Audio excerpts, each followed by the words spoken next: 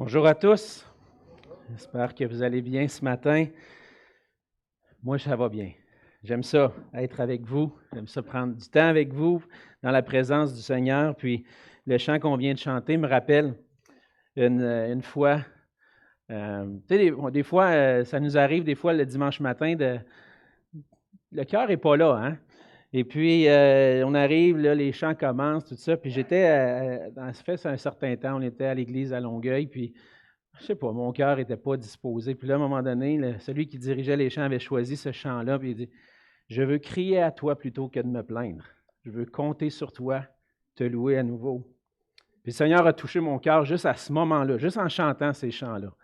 Puis le Seigneur, il touche nos cœurs à travers la louange. Il touche nos cœurs parce que c'est sa parole qu'on est en train de célébrer. Puis sa louange transforme nos cœurs pendant qu'on chante. Sa parole aussi transforme nos cœurs. Puis c'est pour ça qu'on prend du temps, semaine après semaine, dimanche après dimanche, pour ouvrir les Écritures ensemble, pour que le Seigneur puisse parler à nos cœurs. Et j'aimerais vous inviter ce matin à tourner avec moi dans Luc au chapitre 4, dans l'Évangile de Luc. On continue notre exploration, notre étude de l'Évangile de Luc ce matin avec le passage qui se trouve dans Luc 4. Et je vais lire ce matin les versets 1 jusqu'à 13. Luc 4, 1 à 13. Jésus, rempli du Saint-Esprit, revint du Jourdain, et il fut conduit par l'Esprit dans le désert, où il fut tenté par le diable, pendant 40 jours. Il ne mangea rien durant ces jours-là, et après qu'ils furent écoulés, il eut faim. Le diable lui dit, « Si tu es le Fils de Dieu, ordonne à cette pierre qu'elle devienne du pain. » Jésus lui répondit, « Il est écrit, l'homme ne vivra pas de pain seulement. » Le diable, l'ayant élevé, lui montra en un instant tous les royaumes de la terre et lui dit, « Je te donnerai toute cette puissance et la gloire de ces royaumes, car elle m'a été donnée et je la donne à qui je veux.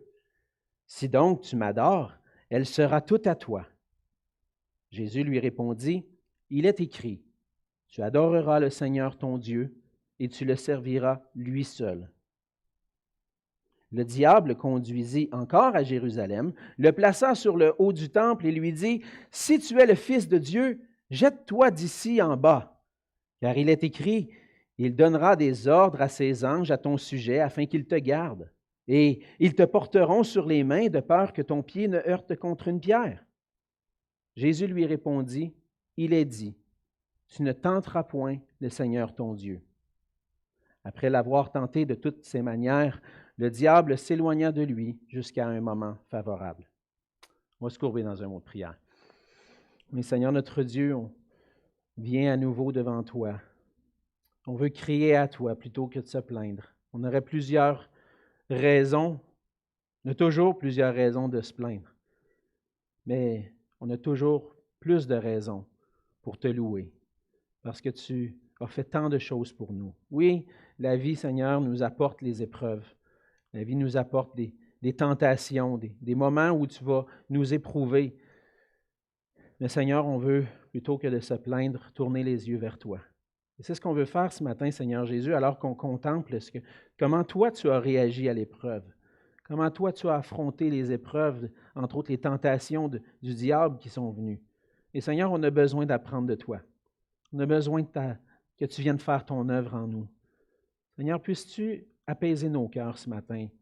On peut venir avec toutes sortes de tracas, de soucis, peut-être un cœur qui n'est pas tout à fait disposé à te louer. Mais Seigneur, viens faire ton œuvre en nous, qu'on puisse apporter nos fardeaux, nos soucis devant toi, afin que ta parole, on puisse être attentif à ta parole. Seigneur, parle à nos cœurs. Sois avec moi, Seigneur.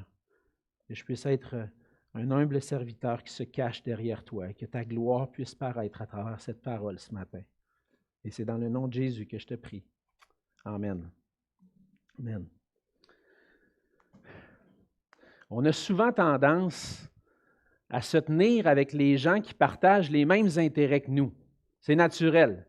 Ça fait partie de la nature humaine de trouver des gens qui ont à peu près le même intérêt, puis là, on trouve des affinités, puis on commence on développe des amitiés de cette façon-là. On peut partager les mêmes goûts. les goûts qui se ressemblent, on aime manger dans un restaurant ou on aime écouter tel genre de film, on aime lire tel livre, et puis on partage ce qu'on vit, et puis on trouve qu'on a des atomes crochus, on a les mêmes intérêts, puis on a tendance à apprécier ça. Lorsque je suis arrivé dans la région de Montréal, comme vous savez, j'ai grandi dans la région de Québec, puis je suis venu aux études à Montréal en informatique. Bien, j'ai joint l'Église de l'Espoir à Longueuil, et puis quand je suis arrivé à l'Église, j'ai trouvé des jeunes hommes de mon âge. Et puis, on partageait les mêmes intérêts. On avait tous un désir de servir le Seigneur. On vivait à peu près les mêmes choses dans la vie, les mêmes combats, les mêmes luttes, les mêmes tentations, puis le Seigneur a permis qu'à travers des partages, on puisse aller vraiment en profondeur dans ce qu'on vivait pour qu'on puisse développer une amitié spirituelle qui fait qu'on peut s'encourager à marcher avec le Seigneur. Puis on a développé une amitié profonde. Puis en tant qu'être humain, en tant que chrétien, on a besoin de ces relations-là. On a besoin de ces relations-là parce qu'on va vivre, comme tous nos frères et sœurs, des moments d'épreuve, des moments même de lutte, de combat spirituel, de tentation à travers ce qu'on vit dans le monde. Le Seigneur nous place au milieu d'un monde où sa parole nous dit qu'on est dans un combat spirituel. On va avoir des tentations. Notre chair va avoir des désirs. Et puis le Seigneur nous place dans son Église avec des frères et sœurs avec lesquels on peut s'encourager. Puis c'est rassurant, ça, d'avoir des gens qui partagent le même intérêt pour servir Dieu et puis en même temps vivre les mêmes choses. Et puis on peut partager ensemble. Par contre, des fois, on a tendance à vouloir garder ces choses-là pour nous-mêmes. On n'a pas tendance à dire, bien moi, je lutte avec telle chose, avec tel péché, j'ai ce combat-là, je vis cette épreuve-là. Des fois, on a tendance, puis je pense que le diable veut ça comme ça aussi, à vivre ça tout seul, dans notre petit coin, puis combattre tout seul, avec l'aide de Dieu, évidemment, mais sans s'ouvrir, sans partager. Mais ce que je vois dans le passage, ce qu'on voit dans le passage de ce matin, c'est qu'en plus d'avoir des frères et sœurs avec qui on peut partager, avec qui on peut aller en profondeur des fois dans des choses, puis combattre ensemble dans la prière avec des luttes, on réalise qu'on a un Sauveur qui a été soumis aux mêmes épreuves, aux mêmes tentations que nous, et qu'on peut faire confiance à ce Sauveur-là au milieu des épreuves. Oui, des fois, on n'a pas tout le temps tendance à vouloir s'ouvrir là-dessus, mais on sait qu'à travers le passage de ce matin, on apprend qu'on a un Sauveur, que lui, il nous comprend. Il a vécu les mêmes choses que nous. On voit dans le passage de ce matin la fin de la préparation de Jésus pour son ministère. Cette préparation-là qui a commencé dès son enfance. On a vu dans Luc 2 que Jésus, déjà dans son jeune âge, savait qu'il était le Fils de Dieu, qui avait une œuvre à accomplir sur la terre, qui était venu pour accomplir la volonté de Dieu. Et puis la semaine dernière, dans Luc au chapitre 3, on a vu que Jean-Baptiste était venu pour préparer le chemin du Seigneur et préparer la route pour que Jésus vienne accomplir son ministère.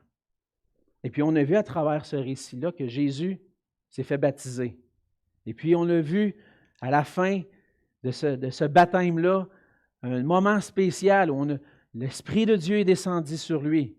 Est descendu sur lui le oint, le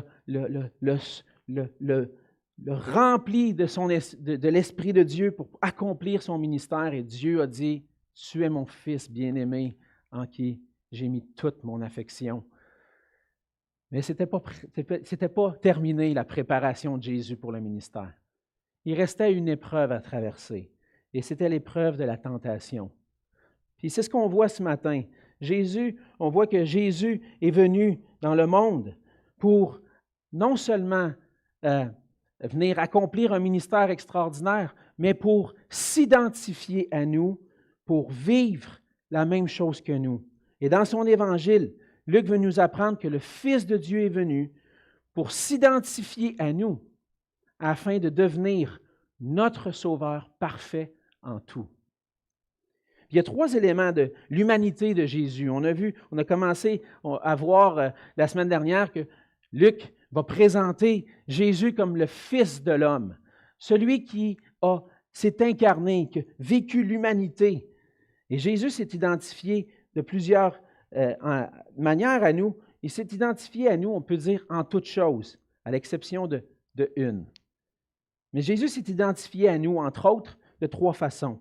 Il s'est identifié à nous dans son incarnation. C'est ce qu'on voit au début de l'Évangile de Luc. Jésus est venu pour prendre sur lui la même chair que nous.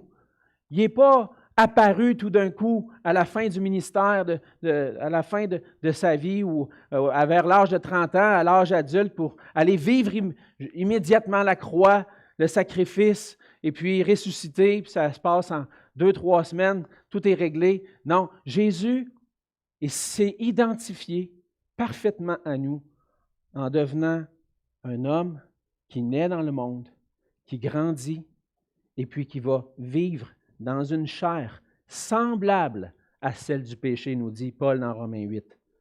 Il va prendre sur lui la même chair que nous et passer à travers les mêmes épreuves que nous. Il va grandir, il va devenir un homme qui grandit en sagesse et il va être à la fin éprouvé.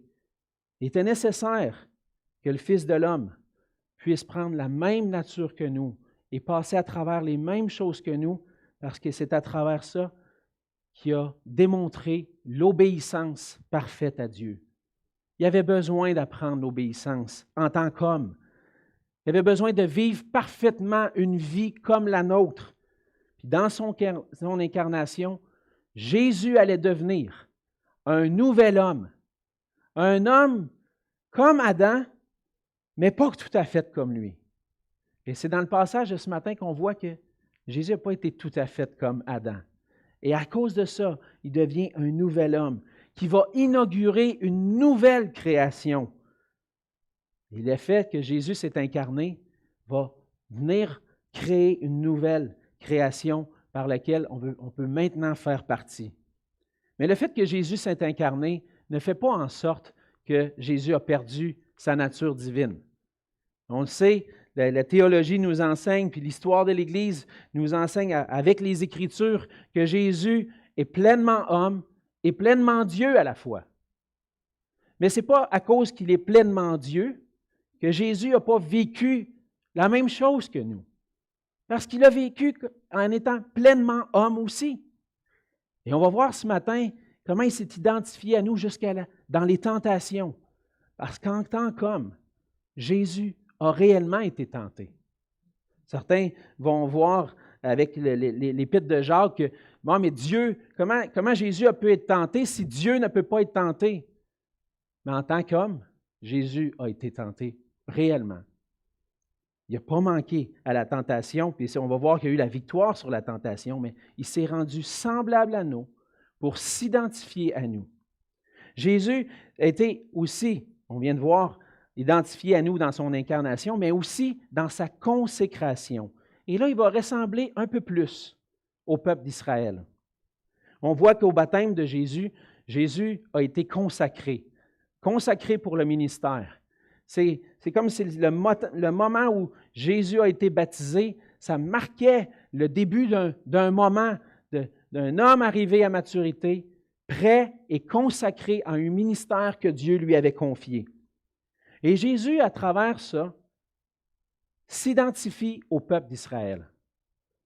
Comment Jésus s'identifie au peuple d'Israël? En fait, le peuple d'Israël est identifié comme le Fils de Dieu dans Exode 4 au verset 32. On voit qu'Israël était le Fils de Dieu. Lorsque Dieu dit à travers Moïse, il dit à Pharaon, « Laisse aller mon peuple », il dit, « Laisse aller mon Fils pour qu'il puisse me servir ».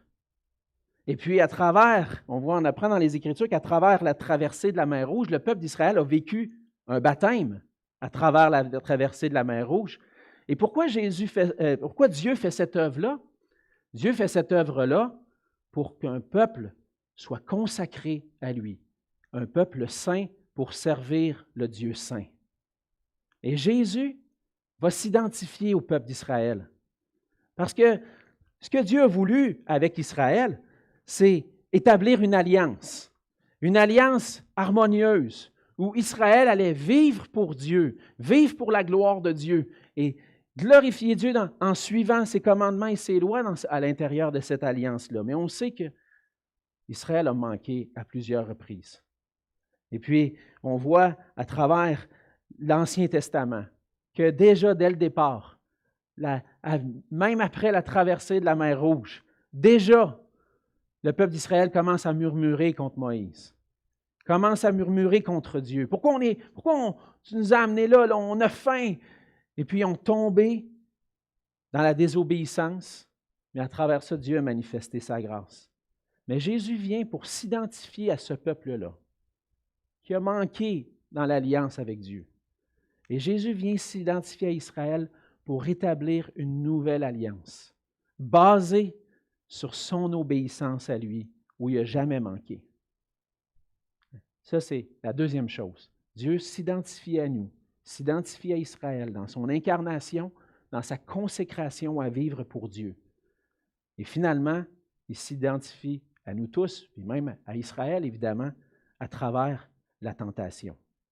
Comme Adam a été mis à l'épreuve dans le jardin d'Éden, Jésus doit être mis à l'épreuve lui aussi, pour venir renverser ce qui était arrivé avec le premier homme, pour lui devenir un homme nouveau, pour une nouvelle création qu'il allait pouvoir glorifier Dieu. Ça prenait un autre homme, un nouvel Adam, qui va être tenté, qui va être mis à l'épreuve.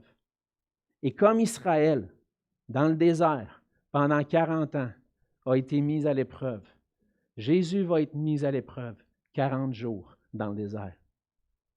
Jésus s'identifie à Adam. Il s'identifie à la nature humaine.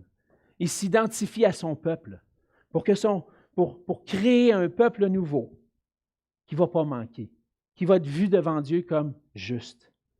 Et Jésus vient s'identifier à nous dans son humanité, s'identifie à Israël pour passer au travers des mêmes épreuves. Et Jésus vient accomplir cela.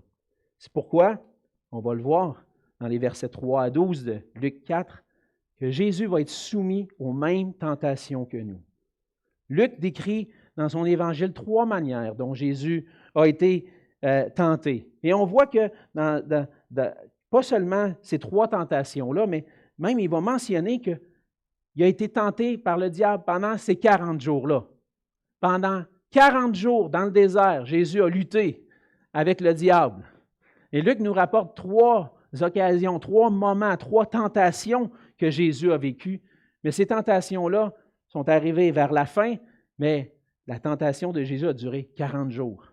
À lutter, prendre notre place pour vivre une vie parfaite et ne pas succomber à cette tentation-là. Par la manière dont Jésus va répondre aux tentations, on voit qu'il va s'identifier à nous, mais aussi à son peuple. Il passe à travers les mêmes épreuves que son peuple a vécues 1450 ans avant, alors que le peuple de Dieu était dans le désert. On voit que la première tentation, au verset 3 et 4, le diable vient et dit, si tu es le Fils de Dieu, ordonne que cette pierre devienne du pain. Et là, il faut comprendre que Jésus n'a pas mangé. Hein? Ça fait 40 jours qu'il n'a pas mangé. C'est un homme, parfaitement homme, pleinement homme. Et je peux vous dire, parce que j'ai déjà fait des jeûnes, mais pas des jeûnes prolongés de 40 jours. Mais juste faire un jeûne d'une journée, on sent qu'on a faim. On peut se placer dans la peau de Jésus. Il devait vraiment avoir faim après 40 jours. Et puis lorsque le diable vient pour le tenter, il dit, il va remettre en question quelque chose. Si tu es le Fils de Dieu. En réalité, ce que le diable est en train de dire, il dit, es-tu vraiment le Fils de Dieu? Parce que dans le fond, Dieu, puis là, il fait référence à ce qui s'est passé juste avant, quand Dieu a dit, tu es mon Fils bien-aimé. Jésus a confirmé à Jésus, Dieu a confirmé à Jésus, tu es mon Fils. Il vient remettre en question. Es-tu vraiment le Fils de Dieu? Il me semble que si Dieu est si bon, Dieu est si grand, Dieu est un si bon papa, il ne devrait pas laisser son fils mourir de faim comme ça. Hein? Il devrait prendre soin de son enfant, comme n'importe quel bon père. Un père ne laisse pas son fils mourir de faim. Et là, Jésus est tenté.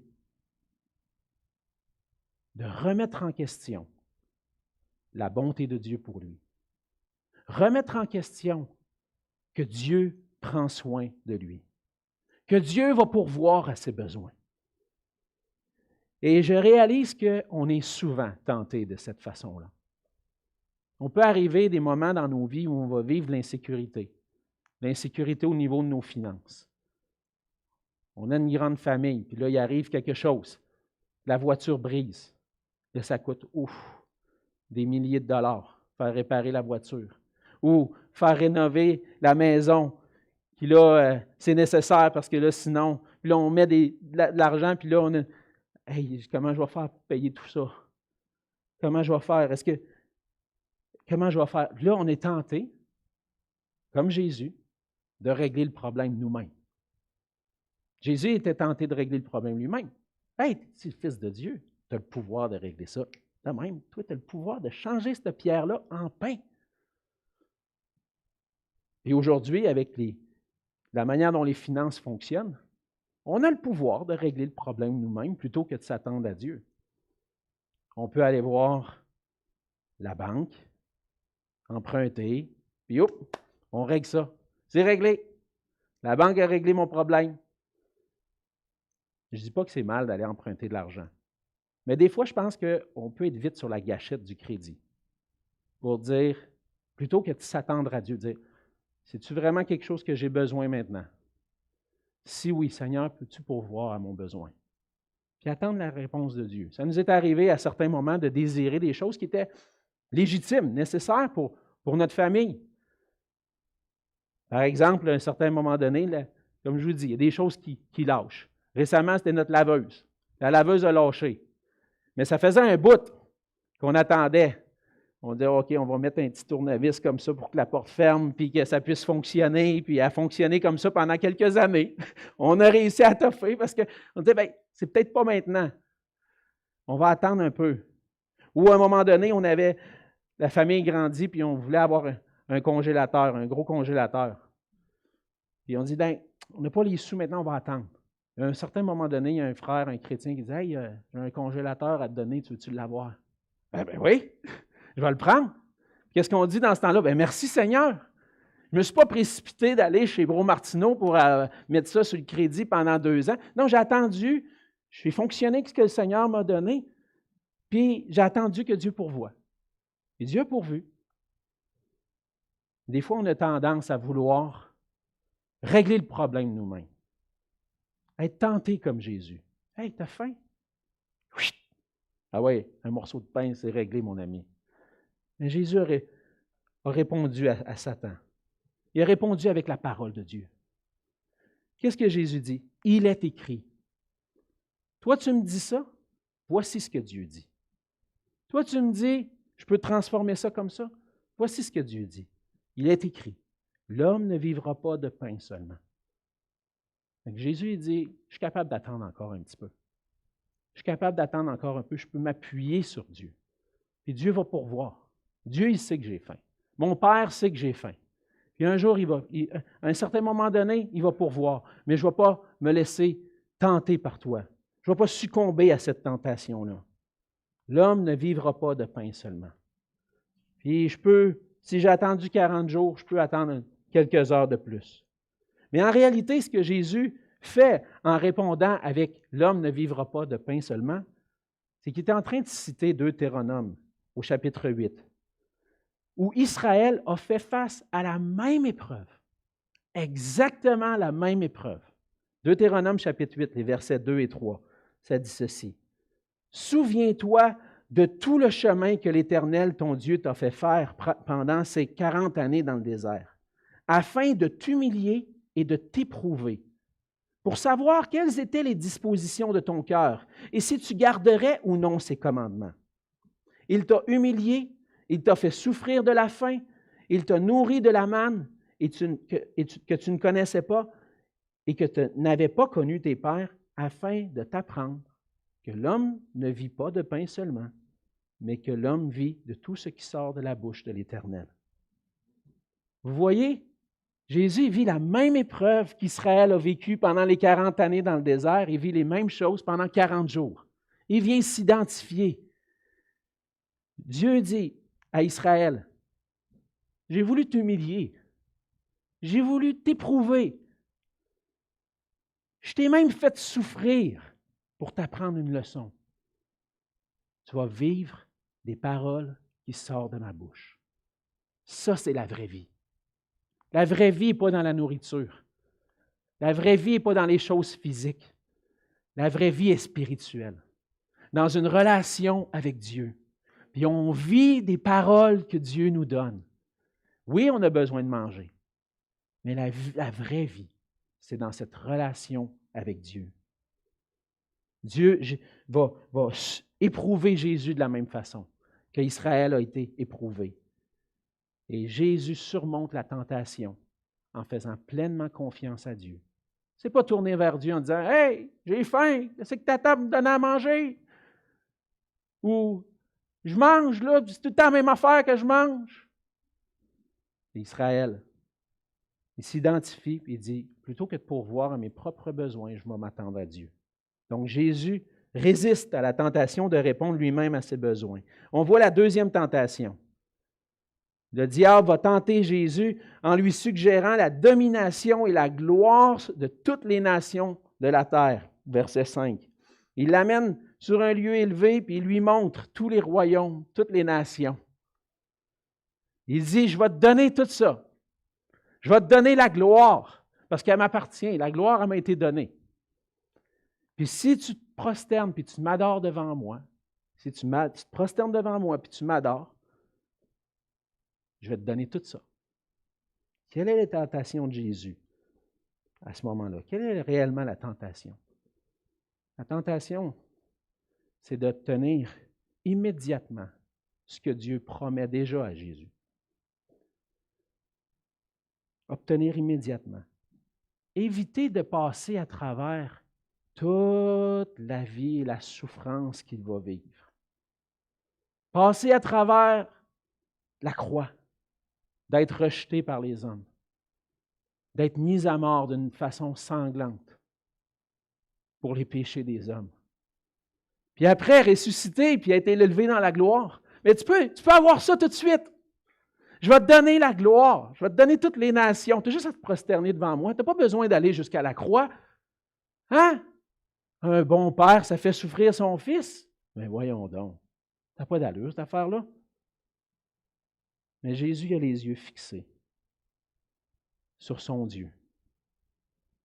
Il est écrit, « Tu adoreras le Seigneur ton Dieu et tu le serviras lui seul. » Je vais attendre que Dieu accomplisse sa promesse. Je vais m'attendre à Dieu. Je vais attendre le moment, même si c'est éprouvant. Même si ce qui m'attend, c'est les pires souffrances qu'un homme ne peut pas imaginer. Parce que c'est pour ça que je suis venu. Je suis venu pour mourir. Puis toi, tu veux me faire prendre le chemin facile? Non, je ne ferai pas ça. Puis je ne vais surtout pas me prosterner devant toi parce que celui que j'adore, c'est Dieu. Et ce que le Seigneur veut à travers ça, c'est nous rappeler qu'il y a des bénédictions dans l'adoration de Dieu. Il y a des bénédictions à adorer. Il y a des bénédictions même à travers l'épreuve. Même à travers les moments difficiles. Même à travers la souffrance. Ce n'est pas facile de vivre comme un chrétien au 21e siècle. On a 99,5% des gens autour de nous qui sont contre nous, qui ne pensent pas de la même façon que nous. On est tenté de vouloir avoir la gloire, l'approbation, puis d'être dans le milieu de travail, puis d'être reconnu pour qui on est. On a tendance à aller à l'école, puis vouloir être accepté de notre cercle d'amis, vouloir être approuvé, puis moi, je fais partie de cette gang-là, puis je suis valorisé à travers ça, soit dans le travail, soit à l'école, dans nos relations. On veut avoir cette valorisation-là, mais être chrétien, ça veut dire être comme Jésus, se charger de notre croix, souffrir, puis attendre la vraie valorisation qui va venir quand on va entrer dans la gloire, puis que Dieu va dire, « Viens, bon et fidèle serviteur, rentre dans la joie de ton maître. » C'est là la vraie valorisation, c'est là la vraie gloire. Ce que tu veux obtenir avant, c'est rien. Ce n'est pas le chemin que Dieu veut t'amener. Jésus ne croit pas les paroles du diable, il préfère croire à la promesse de Dieu. Le diable veut remettre en question la vérité de Dieu. Et Jésus ne va pas le croire. Il va préférer attendre que Dieu réalise sa promesse, même si c'est souffrant. La troisième tentation, au verset 9 à 12, le diable amène Jésus sur le temple, ou sur le toit du temple, puis encore une fois, il dit, si tu es le Fils de Dieu, jette-toi en bas. Puis là, le diable il a commencé à comprendre la twist que Jésus utilise. Hein? Jésus cite les Écritures. Ben, je vais citer les Écritures, moi aussi, tu vas voir, je vais réussir à t'avoir. Tu me cites les Écritures pour me battre, moi, citer les Écritures. Hein? Parce qu'il est écrit qu'il va donner des ordres à ses anges, puis ils vont venir te porter. Hein? C'est ça qui est écrit. Vas-y, jette-toi en bas. Jésus il comprend à travers ça que le diable est en train de vouloir que Jésus remette en question la vérité de Dieu. Parce que Jésus va répondre en disant, tu ne tenteras point le Seigneur ton Dieu. Tu ne vas pas tenter le Seigneur. Qu'est-ce que ça veut dire, tu ne vas pas tenter le Seigneur? On le voit encore une fois en revenant à ces paroles-là que Jésus va citer dans le verset 12, qui sont des paroles qu'on voit dans Deutéronome au chapitre 6, encore une fois, l'identification avec Israël. Il dit, vous n'irez pas après d'autres dieux, d'entre les dieux des peuples qui sont autour de vous, car l'Éternel, ton Dieu, est un Dieu jaloux au milieu de toi. La colère de l'Éternel, ton Dieu, s'enflammerait contre toi, et il t'exterminerait de dessus la terre. Vous ne tenterez point l'Éternel, votre Dieu, comme vous l'avez tenté à Massa. Donc, le fait de se tourner vers les idoles, qu'est-ce que c'est? C'est tenter Dieu. C'est mettre Dieu à l'épreuve. Es-tu vraiment le Dieu de l'univers? Prouve-moi-le.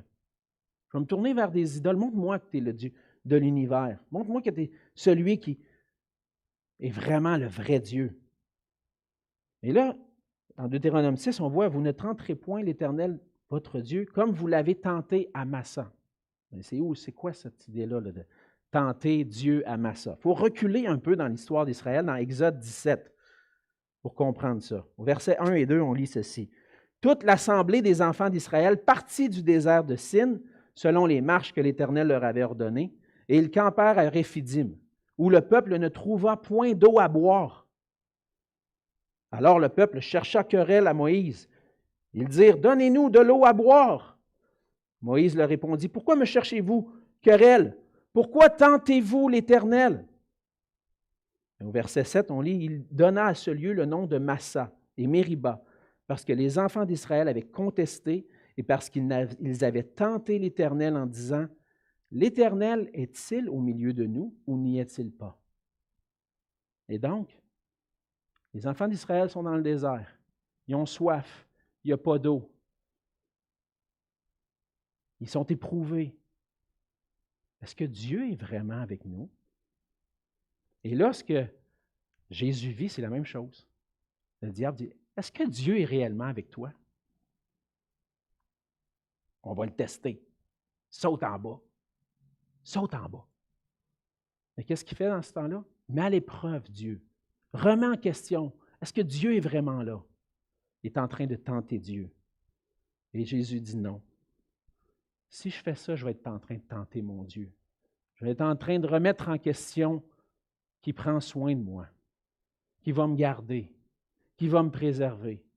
Puis non, je ne vais pas tenter mon Dieu.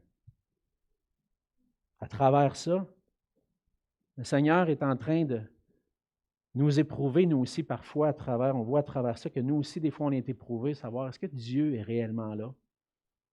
Puis même des fois avec la parole de Dieu. Je pense des fois aux personnes célibataires. La parole dit, il n'est pas bon que l'homme soit seul. Mais pourtant, Dieu, on le voit dans les Écritures, on le voit avec l'apôtre Paul, que des fois, il y a des personnes que Dieu appelle au célibat, peut-être pour un certain temps avant d'arriver au mariage. Mais Seigneur, tu dis que l'homme, il n'est pas bon que l'homme soit seul. Trouve-moi un mari, trouve-moi une femme. Mais est-ce qu'on n'est pas en train de remettre en question que Dieu est totalement suffisant pour nous, puis que Dieu est lui, c'est lui qui va réellement répondre à mes besoins, à ma satisfaction? Oui, c'est vrai, la parole dit, il n'est pas bon que l'homme soit seul. Mais en même temps, ce n'est pas un homme ou une femme dans ma vie qui va apporter et combler tous mes besoins. Il y a juste Dieu qui peut faire ça. Il y a juste Dieu qui peut combler pleinement mes besoins physiques, émotionnels, sentimentaux, spirituels. Je vais-tu remettre en question et mettre Dieu à l'épreuve? Dieu, tu dis que ta parole dit ça, fais ça. Non, non. Seigneur, je m'attends à toi. Et quand ça sera le temps, ou si tu ne le permets pas, que je puisse trouver ma joie en toi. Non pas dans les choses que tu nous donnes, mais en toi. Et Jésus, c'est ce qu'il fait. Non, mon Père va prendre soin de moi. Je n'ai pas besoin de le mettre à l'épreuve, je le sais qu'il va le faire. Et c'est ce qu'on a besoin, des fois, de se rappeler, au milieu de l'épreuve. Je n'ai pas besoin que Dieu me prouve qu'il est Dieu ou qu'il existe. Dieu est là et il prend soin de moi. Alors Jésus va résister aux tentations. Il s'identifie à nous en vivant les mêmes épreuves qu'on vit nous aussi. On a tendance à vouloir régler nos problèmes par nous-mêmes, ne pas dépendre de Dieu pour nos besoins. On a tendance à vouloir obtenir maintenant des promesses que Dieu promet à la fin, puis de pouvoir le vivre maintenant. On est tenté à tester Dieu sur la vérité de sa parole. Jésus vit les mêmes épreuves que nous. Mais Jésus résiste à la tentation. Pourquoi? Pour venir secourir ceux qui ont échoué devant la tentation. Adam, Israël ont échoué dans la tentation. Dans le jardin d'Éden, Dieu a permis que le premier homme soit tenté. Il l'a mis à l'épreuve. Il y avait un arbre qu'il ne devait pas toucher. Israël a été mis à l'épreuve pendant 40 ans dans le désert.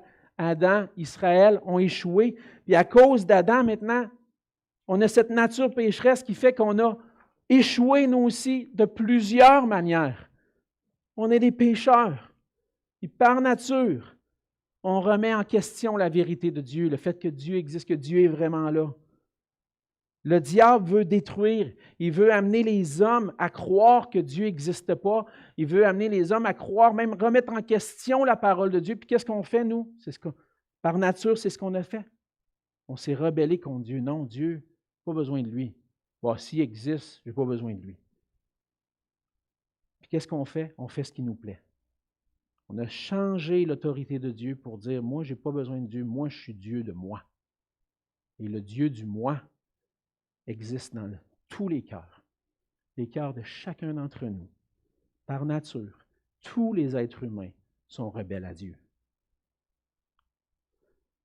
Puis à cause de ça, séparés de Dieu, par le jugement qui va venir. Mais Jésus est venu nous secourir. C'est ça la grâce de Dieu.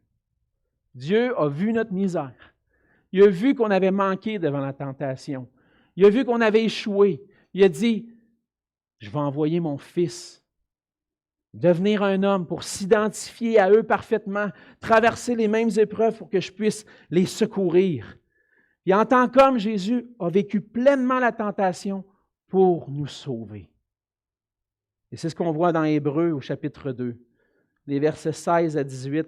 On lit ceci, car assurément, ce n'est pas à des anges qu'il vient en aide, mais c'est à la postérité d'Abraham. En conséquence, il a dû être rendu semblable en toutes choses à ses frères, afin qu'il soit un souverain sacrificateur, miséricordieux et fidèle dans le service de Dieu pour faire l'expiation des péchés du peuple. Car du fait qu'il a souffert lui-même et qu'il a été tenté, il peut secourir ceux qui sont tentés. Par sa résistance à la tentation, en disant non à Satan, puis en disant oui à Dieu, Jésus a vaincu Satan. Il a vécu l'accusateur de nos âmes. Puis non seulement au travers sa vie, mais au travers sa mort. Jésus s'est rendu obéissant toute sa vie jusqu'à sa mort. Il a subi à la croix le châtiment que nous méritions à cause qu'on avait échoué devant la tentation, à cause qu'on était des pécheurs. Jésus a pris sur lui nos péchés. Lui, qui était parfait, qui n'avait jamais manqué, il a décidé, je vais y aller pour eux. Je vais vivre la même chose qu'eux pour que je puisse apporter à Dieu un royaume, un peuple qui va l'adorer pour l'éternité. Et nous, c'est nos péchés que Jésus a pris sur la croix, qui a subi le châtiment à notre place pour qu'on puisse avoir la vie, puis être pardonné et être délivré de la mort que le péché apportait. À la croix, Jésus a pris sur lui nos péchés, notre injustice, a vécu le châtiment, la punition qu'on méritait. Lui, l'homme parfait, pour qu'on puisse devenir parfait en lui. Jésus est le Sauveur parfait qui a acquis pour nous le salut parfait. Jésus est venu s'identifier à nous. Il est venu pour défier le diable et réussir à avoir la victoire pour nous. Comment est-ce qu'on répond maintenant à ce Sauveur parfait? En venant à lui, simplement, par la foi. Seigneur, je ne serais jamais capable de vivre parfaitement comme toi tu l'as vécu. Je mérite la mort. Je mérite le châtiment à cause de mon péché. J'ai besoin de toi. Crois-tu que Dieu est vrai, qu'il a tout accompli pour toi? Que Jésus a tout fait pour toi? As-tu reconnu que tu es un pécheur qui est perdu pour l'éternité, séparé de Dieu? As-tu saisi le don que Jésus a acquis pour toi? Sinon, qu'est-ce qui t'en empêche? Les plaisirs, le monde présent, le désir d'être mener ta vie comme tu le veux, de ne pas avoir personne à qui rendre des comptes. Qu'on le veuille ou non, un jour, on va avoir à rendre compte à Dieu. Mais par sa grâce, le Seigneur nous dit, je suis mort pour toi. Et par la foi, tu n'as pas à subir le jugement. Si on veut réellement goûter l'amour de Dieu, on doit venir à la repentance de nos péchés, et se tourner vers lui par la foi et saisir.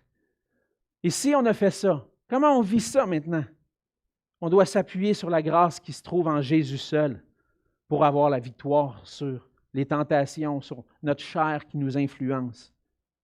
On doit, comme Jésus, cultiver un cœur rempli de la parole de Dieu, capable de discerner l'erreur dans la tentation. On doit veiller et résister avec la parole de Dieu. 1 Pierre 5, les versets 8 et 9. Soyez sobres, veillez. Votre adversaire, le diable, rôde comme un lion rugissant, cherchant qui il dévorera. Résistez-lui avec une foi ferme, sachant que les mêmes souffrances sont imposées à vos frères dans le monde. Résister avec une foi ferme, ce n'est pas croire aux mensonges du diable. C'est discerner quand il y a une demi-vérité. Ce n'est pas toute la vérité. Comme Jésus a vécu, il a vu qu'il y avait des demi-vérités dans ce que le diable lui suggérait. C'est au milieu des épreuves, croire que la bénédiction vient de Dieu et la vraie satisfaction nous vient de Dieu. C'est par la foi dans la parole de Dieu, entièrement suffisante, que je vais pouvoir résister. En Jésus, on a trouvé un Sauveur parfait qui vient à notre secours lorsqu'on vit des épreuves, des tentations. Appuyons-nous de jour en jour sur sa grâce pour recevoir le secours puis la victoire. Parce que qu'importe l'épreuve, par sa victoire, je peux avoir la victoire. Prions. Seigneur notre Dieu, je veux te rendre grâce pour ton amour envers nous, pour ton pardon, cette grâce qui se trouve en toi. Seigneur Jésus, tu as accepté de quitter le ciel, toi, le Fils de Dieu. Tu as accepté de quitter la gloire pour venir une vie comme la nôtre et d'être tenté comme nous.